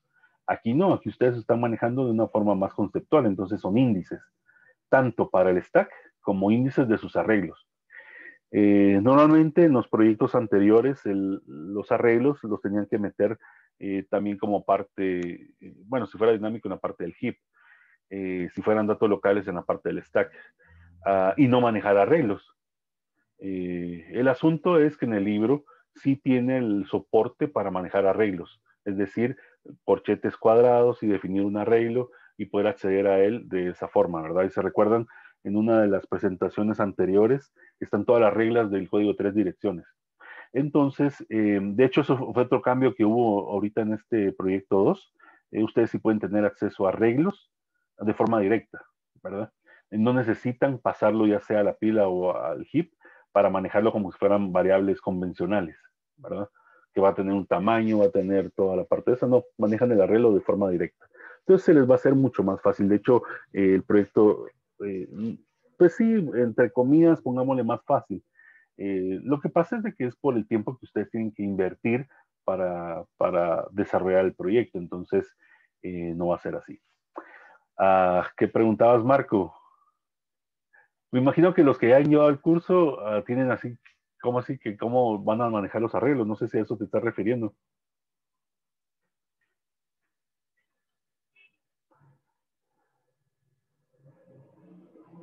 Sí, directo, o sea, dentro del enunciado del proyecto habían definido que no se puedan usar arreglos, sino que eso lo van a manejar ustedes, ya sea en el stack o en el heap.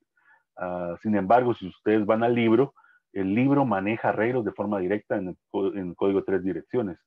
Entonces, ustedes tienen soporte para usar arreglos directamente en C. O sea, no tienen que trabajar la manipulación de arreglos uh, como que si fuera una simulación de descomponer el arreglo. Así como los procedimientos, sí, ahí ya no podemos hacer nada más. Ahí sí tienen que descomponerlo ustedes. Entonces, en la pila, ustedes van a ir metiendo los parámetros. Lo mismo iban a hacer con los arreglos, pero aquí no. En el actual proyecto, ustedes los arreglos los manejan como que fueran arreglos convencionales. No sé si me voy a entender o...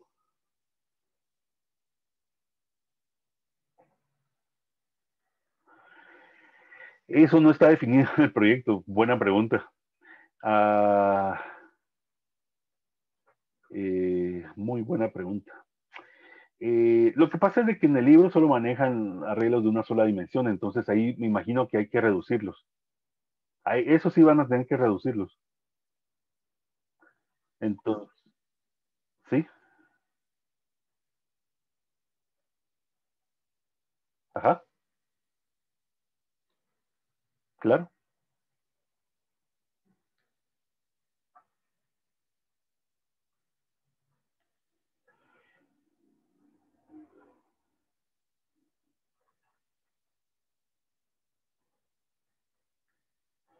Bueno, miremos primero el lenguaje. El lenguaje sí lo permite, ¿verdad?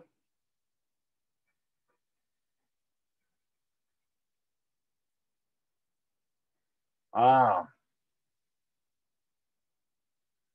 ¿y eso lo pusieron en el anexo del proyecto o dónde definieron eso? En el mismo enunciado. Si quieren, leamos esa parte y yo les respondo qué vamos a hacer con eso, pero en teoría, ah, bueno, primero, como les digo, sí, voy a hablar con ellos para ver cómo se va a manejar eso, pero en teoría, si se pueden manejar arreglos de varias dimensiones, sería haciendo una reducción, ¿verdad? Entonces ustedes hacen un row mayor, un column mayor para manejar un arreglo de una sola dimensión, ¿verdad? Si quieren, terminemos la clase y si quieren hablamos de este tema porque sí sería bueno definirlo bien, ¿verdad? Entonces, si quieren, terminemos la clase y de ahí miramos exactamente eso. Me voy al enunciado y miramos cómo está esa parte, ¿verdad? Y ya resolvemos las dudas que tengamos acerca de los arreglos de una o de varias dimensiones, si es que se van a permitir, ¿verdad? Entonces, como les digo, dependiendo de ese tamaño que va a ser dinámico, pues entonces también va a variar dependiendo qué es lo que están pidiendo, ¿ok? Dentro de los accesos no locales, como les decía, cuando no están anidados, pues se definen de esa forma. Ahora, cuando ya hay anidamiento, en primer lugar tenemos que definir cuál es la profundidad. Y esto, por ejemplo, en el curso, por ejemplo, de vacaciones, no se manejaban procedimientos anidados, pero sí la parte, por ejemplo, de recursividad se podría simular como una forma de anidamiento, perdón, no como declaración de la función, sino como mandada a llamar. Entonces, en realidad, sí tenía que tener yo un índice que me diga en qué nivel estoy para poder regresar. Por ejemplo, como les digo, cuando terminemos la clase, si quieren, les enseño esos ejemplos. Hacíamos un incremento de la llamada, por ejemplo, ese I que estamos hablando, al inicio es una profundidad 1, el primer procedimiento o la primera función. Cada vez que hay una función anidada, le hacemos un I más 1, es decir, el siguiente sería profundidad 2, el siguiente profundidad 3, el siguiente profundidad 4. ¿Para qué queremos saber esto? Porque tenemos que saber cuándo vamos regresando y cuándo estamos en la primera parte. Por ejemplo, en la forma de recursividad, así es como nosotros lo simulábamos a nivel de código 3 direcciones, agregando precisamente ese índice. Entonces hay un punto en que yo ya regreso y si yo estoy en el nivel 1, entonces yo tengo que hacer un retorno de que me mandó a llamar originalmente, no dentro de la misma función. Entonces pasa lo mismo con esa parte del anidamiento, ¿verdad?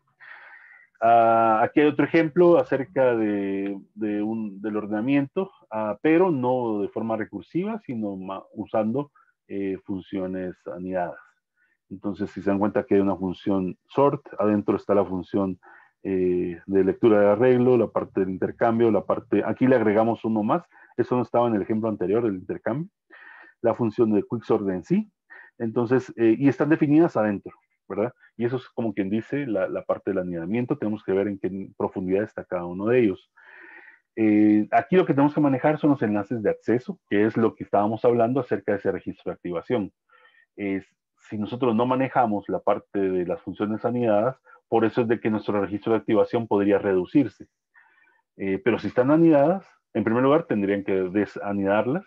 Entonces, en ese punto estamos hablando de eso, ¿verdad? El enlace de acceso.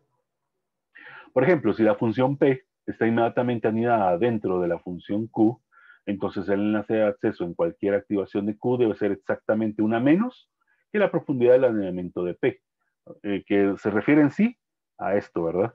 Al I más 1. Entonces, depende de quién me está mandando a llamar, así es como yo avanzo precisamente en ese índice y que sería el enlace de acceso como tal, ¿verdad?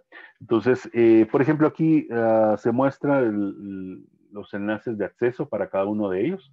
Entonces, imagínense, en la parte A, eh, ya vemos que este es el principal. Manda a llamar entonces al quicksort. Si se dan cuenta que hay una línea que separa el registro de activación del de arriba del de abajo, y ese es el quicksort, ¿verdad?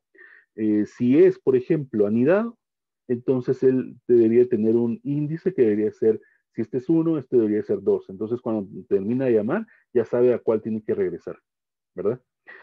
Lo mismo sería para este, el quicksort 1.9, pero de ahí tiene un quicksort 1.3, sabe que el quicksort 1.3 en cierto momento también va a regresar hasta acá, ¿verdad? Porque ya no es necesario pasar por el quicksort 1.9. Entonces regresa a ese punto inicial. Lo mismo sería para este. Lo único que aquí sí es diferente, porque este puede regresar al inicio, pero la partición que mandó a llamar de Quicksort 1.3, y lo que pasa es que ahí varía, ¿verdad? Cada uno son ejemplos diferentes y en puntos diferentes de la ejecución, no son continuos, ¿sí? Entonces, por ejemplo, en Quicksort 1.3 manda a llamar entonces a la partición 1.3, pero esta partición 1.3 no puede regresar hasta el inicio, porque esta partición 1.3 tiene que regresar a este para saber si va a agregar alguna llamada hacia otro o él ya regresa al inicio, ¿verdad? Va a depender mucho de eso. Y aquí hay otro ejemplo en el cual esta partición vuelve a regresar, pero de ahí manda a llamar a un E. Ese E está definido en esta parte. Acuérdense que le empieza a poner letras, de hecho en el libro menciona, va a definir estas letras S, A, V, para cada uno de ellos, definiendo quién va a mandar a llamar a quién. O sea que hay puntos en los cuales no corresponde precisamente al orden como va a estar, por ejemplo, en el árbol de activación. Lo único que se muestra en la figura es precisamente eso, ¿verdad? Los regresos que pueden ser a un solo punto o podrían ser a puntos de los que nos están llamando, dependiendo del nivel de anidamiento que tiene, ¿verdad? Entonces, así se va a trabajar. Ahora, el asunto es que cuando ustedes lleguen al código de 3 direcciones, ya habrán roto el anidamiento, que eso ya lo tenían en el proyecto 1. Entonces, de cierta manera, esto ya no lo tendrían que manejar de una forma tan directa como lo menciona acá, por anidamiento, porque aquí es no rompiendo el anidamiento, ¿verdad? Entonces, pero sería otra forma. Incluso si ya lo rompieron, podrían haber definido, por ejemplo, también a quién manda a llamar a quién. Tendría que haber una estructura en la cual definen esa relación entre los procedimientos o funciones. Entonces, en realidad sí podrían utilizar alguna ejecución similar a esta, ¿verdad? También vamos a tener el enlace de acceso para los parámetros, porque acuérdense que esas mandadas llamadas de funciones también podrían ser retornadas dentro de los parámetros, no solamente un procedimiento como tal, sino una función que retorne algo. Entonces, ahí sí vamos a tener más datos utilizados de mi registro de activación, ¿verdad? Voy a usar el enlace de acceso precisamente para poder devolver esos datos al anterior que me está mandando a llamar, ¿verdad? Entonces, esos son los parámetros que van a estar corriéndose de un procedimiento al otro dependiendo quién lo manda a llamar, ¿verdad? Otra forma de utilizarlo es la parte de la estructura de datos display. Es una manera eficiente de manejar el problema de los enlaces de acceso. Porque si se dan cuenta, esto porque es llamémosle un procedimiento sencillo. Pero ¿qué pasa si hay muchos niveles de anidamiento? Por ejemplo, aquí en la función. Si se dan cuenta, es una función que tiene más funciones. Pero adentro de estas ya no hay más definidas mucho. Bueno, en esas sí hay una, ¿verdad? La partición. Pero aparte de esta ya no hay más. O sea que al final solo fue profundidad 1, profundidad 2, profundidad 3. Entonces, pero ¿qué pasa si esta partición tuviera otras 3 funciones anidadas? Entonces, estas estructuras empiezan a volverse más complejas, ¿verdad? Más cuando usamos parámetros, ¿verdad? En la parte de retornos y de lo que están enviando. Entonces, esto se empieza a hacer bien complejo. Y por eso es de que entra la parte de la estructura de datos display, que sería una manera eficiente de manejar ese problema, ¿verdad? De los enlaces de acceso mediante un arreglo auxiliar que le vamos a llamar div, y por eso es que se llama display. Y este es un arreglo, y es un arreglo, también vamos a revisar, porque al inicio del curso se había definido que se iba a utilizar esta estructura para la parte del anidamiento. El problema es de que en el proyecto 1 se pidió que lo desanidaran, entonces, si ya no está anidado, cómo van a manejar esta estructura. Entonces, va a depender mucho de eso, y si quieren eso también se los voy a confirmar, porque vamos a ver cómo lo vamos a tener. Ahora, si no lo hubieran desanidado, de hecho, la ejecución debería ser de esta manera. Entonces, ya sea con los enlaces de datos, tal como se los acabo de mostrar, o manejando esta estructura adicional que nos va a servir como llamémosle como una estructura de referencias, ¿sí? De hecho, si se dan cuenta, es un arreglo con sus posiciones, siempre manejando desde el índice 1. Acuérdense que por las fechas en que fue escrito el libro, muchos lenguajes de programación, los índices empezaban desde 1. Entonces, pues, yo me imagino que por eso lo está manejando. Si no, si hubiera sido escrito recientemente, debería manejar índices ceros, ¿verdad? Todo lo que es C y derivado de C, maneja siempre índices de 0. Pero aquí lo está manejando así, entonces tomémoslo así, como primero, como segundo, primero, segundo y así más. Entonces aquí lo importante es esto, que mi arreglo va a hacer referencia a ese espacio del registro de activación. Por ejemplo, si está anidado algún otro, que sería un nivel 2, entonces va a estar en el 2 para definir ese registro de activación de la profundidad 2. Y así sucesivamente, ¿verdad? Dependiendo quién me mande a llamar, ¿verdad? Aquí hay 3, por ejemplo, aquí hay otros 3 y es diferente posición, ¿verdad? Dependiendo quién me está mandando a llamar. Entonces, esto me puede servir para mantener el orden.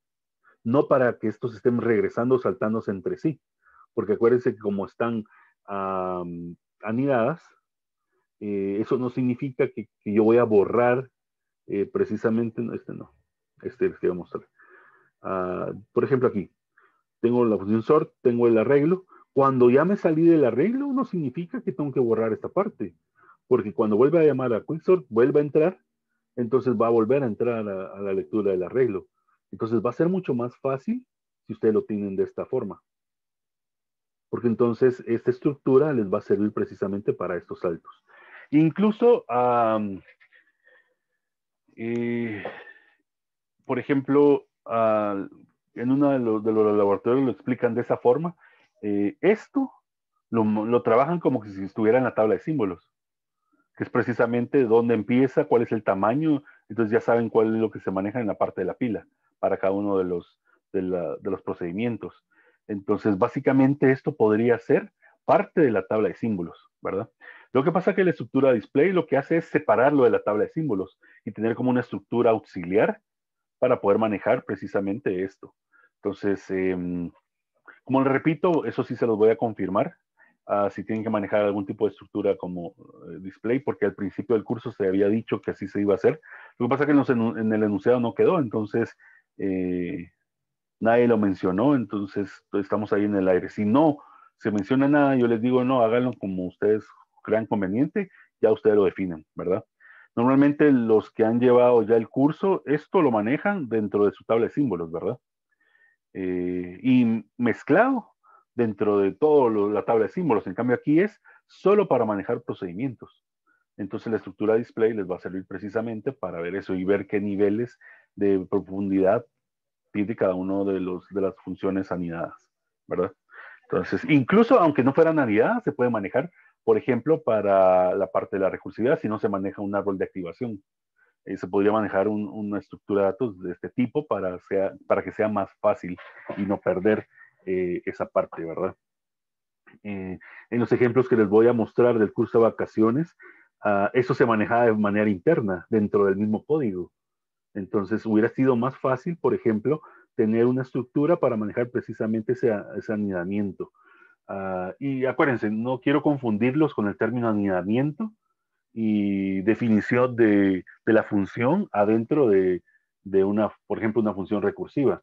Lo que pasa es que el código que yo les voy a mostrar de una función recursiva para assembler de MIPS pareciera que el código como tal de la función está dentro de la otra función, ¿verdad? Porque es una llamada recursiva. Entonces parecen funciones anidadas. Entonces es muy parecido a esto. Entonces hay un momento en que se pierde el control, ¿verdad? Porque entonces le tengo que poner, si son dos, tres llamadas, va a depender de la llamada, qué es lo que tiene. Por ejemplo, si la llamada recursiva tiene un if, pues cuando sea, por ejemplo, mayor que cero, se hace de una forma, pero si es menor que cero, se hace de otra. Entonces es como que fueran dos procedimientos metidos dentro del mismo, ¿verdad? Dentro de un momento se los voy a mostrar para que no quede así en el aire, ¿verdad? Entonces, esta estructura hubiera servido mucho para manejar eso, porque entonces ya no me pierdo, porque aquí me puedo perder. Y de hecho eso sí puede pasar. A veces, si es muy compleja la función recursiva, esto parece volverse un poco complejo, ya cuando lo pasamos a tres direcciones. Entonces ya es como que muy personal cómo lo voy a manejar, se vuelve muy subjetivo, ¿verdad? Entonces para evitar eso, hubiera sido mucho mejor manejar una estructura adicional para hacerlo más eficiente, ¿verdad? Y finalmente la administración del montículo o del HIP. En el libro no menciona nada acerca de la simulación que ustedes tienen que hacer dentro del HIP. Eso ya es a nivel de laboratorio, entonces ya que los auxiliares les expliquen esa parte. Marco decía, yo uso la tabla de símbolos y tabla de funciones usas. Estaba leyendo mal.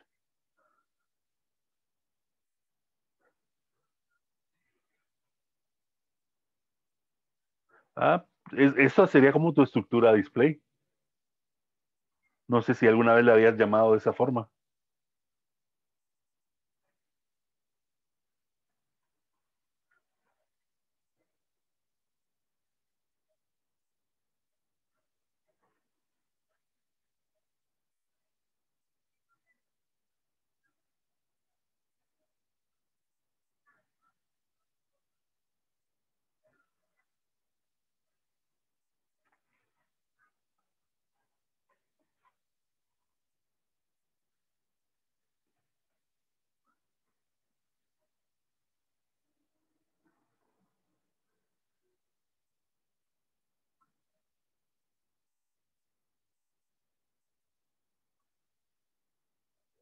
pero te van a quedar en dos funciones distintas.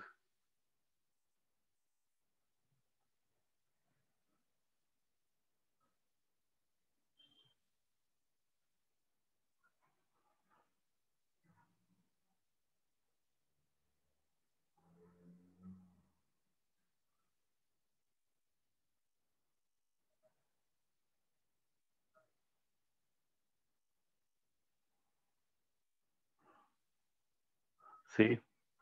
Sí, precisamente eso cuando vos dijiste tal la función, exacto, porque lo que pasa es que yo vi una grabación de uno de los auxiliares explicando la parte de las funciones y esto precisamente lo manejan desde la tabla de símbolos. No sé si han visto esta explicación, no sé si Juan Carlos les ha explicado esa parte, o si ya llevaron el curso con algún otro auxiliar en semestres anteriores.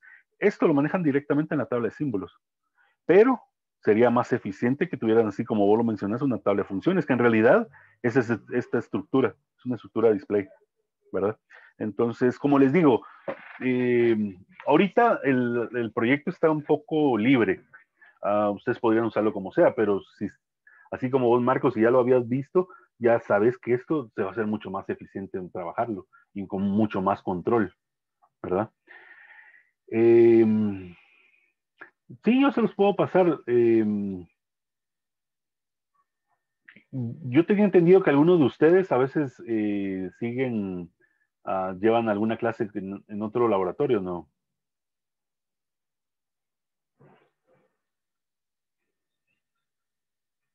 Buenos días.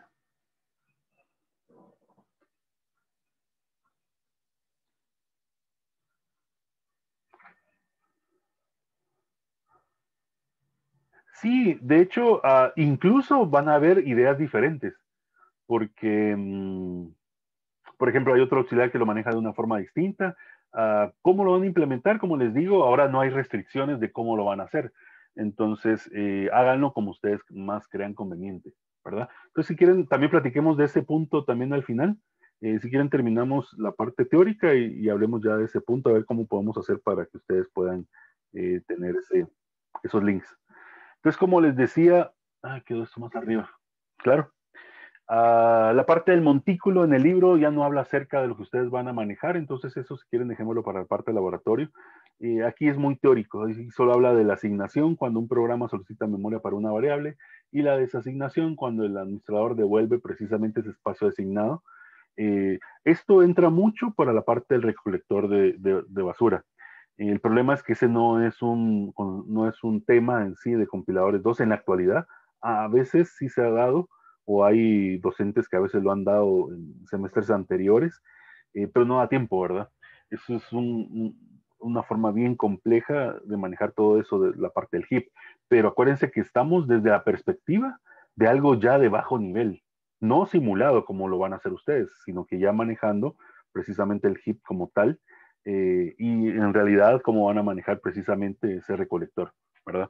Entonces, habla acerca de la eficiencia en cuanto al espacio, la eficiencia en cuanto de programa, y además la parte de la baja sobrecarga, ¿verdad? Entonces, hay que manejar las tres eficiencias para poder manejar de una mejor manera la parte del HIP o la parte del montículo, ¿verdad? Porque sí, hay un momento en que si ustedes no manejan de forma eficiente esto, pueden dejar el montículo muy desordenado de cierta forma y con muchos espacios que podrían haber sido ocupados por alguien más y según el sistema operativo ustedes lo están ocupando, entonces ahí hay problemas, ¿verdad? Esto es, de hecho lo estamos metiendo en el curso de estructuras de datos, ya no hay necesidad tanto de verlo aquí, pero de todos modos en el libro está esta imagen, entonces se las quería mostrar. La parte de, solo que aquí está inverso. Yo normalmente en estructuras de datos lo explico de una forma como la pirámide, porque hay libros que lo explican de esa forma. Lo que pasa es que aquí ustedes pueden poner los registros del procesador, y ahí empiezan a incrementar, por ejemplo, la memoria RAM, o incluso aquí, por aquí puede estar el caché. Y hasta el final, por ejemplo, un disco duro, uh, o puede ser un disco duro externo, por ejemplo. Entonces, si se dan cuenta aquí, lo importante es esto. Para arriba, yo obtengo mayor velocidad, pero para abajo obtengo mayor espacio. que es lo que está hablando acá, ¿verdad? Solo que aquí está al revés, si lo ven aquí, esto es, por ejemplo, más de 2 gigas, solo que en el libro, acuérdense que ya tiene años de estar, entonces ya no estamos hablando de gigas, podríamos hablar ya de teras, hasta acá abajo, ¿verdad? Yo lo pongo así como una pirámide porque nos da una idea de que aquí es más grande, ¿verdad? Esta parte. En cambio, los registros del procesador son pequeños, pero sí nos van a dar una mayor velocidad, ¿verdad? Los registros del procesador aquí le está dando un tiempo de 1 nanosegundo de acceso que el procesador accede precisamente a estos registros. De hecho, no van a ser muchos, van a ser 32 espacios, por ejemplo, 32 palabras, que en realidad son 32 índices, por ejemplo, 32 registros, ¿verdad? Entonces, en cambio aquí ya estamos hablando de miles de registros, ¿verdad? En un primer nivel de la memoria caché, hablando de 5 a 10 nanosegundos, ahí ya se está tardando más. Y mientras más aumenta el tamaño, más aumenta el tiempo de acceso, ¿verdad? Incluso aquí, si se dan cuenta, para el cambio de gigas, ya estamos hablando de milisegundos, ya no de nanosegundos. Entonces, por eso aquí, mientras más arriba, mayor velocidad, mientras más abajo, menor velocidad. En cambio, en el espacio o almacenamiento, mayor almacenamiento abajo, y aquí menor almacenamiento o menor espacio, ¿verdad? Y eso es lógico, ¿verdad? Es como que tuvieran ustedes un arreglo de 32 posiciones. Claro que va a ser rápido. En cambio, si tienen un arreglo de 2 millones de posiciones, hagan una búsqueda secuencial, eso va a ser tardadísimo. Entonces, la misma analogía la podemos hacer con la memoria. Y esa jerarquía entonces nos va a determinar precisamente qué cosas vamos a estar utilizando en el heap, ¿verdad? Entonces, eso es importante, es teórico, ¿verdad? No estoy hablando de cómo van a manejar ustedes el heap en el proyecto, eso ya lo van a definir en sus laboratorios. ¿Okay? Entonces tenemos una tarea para la siguiente semana. Bueno, vamos a hablar un momento también, dentro de un momento, acerca de la planificación que tenemos para las siguientes semanas y ya el tercer parcial, el examen final para terminar ya el curso. Entonces, ahorita vamos a ver las fechas. Lo importante es para la siguiente clase que tengamos, no recuerdo si la siguiente va a haber feriado o asueto, pues entonces es dentro de 15 esta tarea, ¿verdad?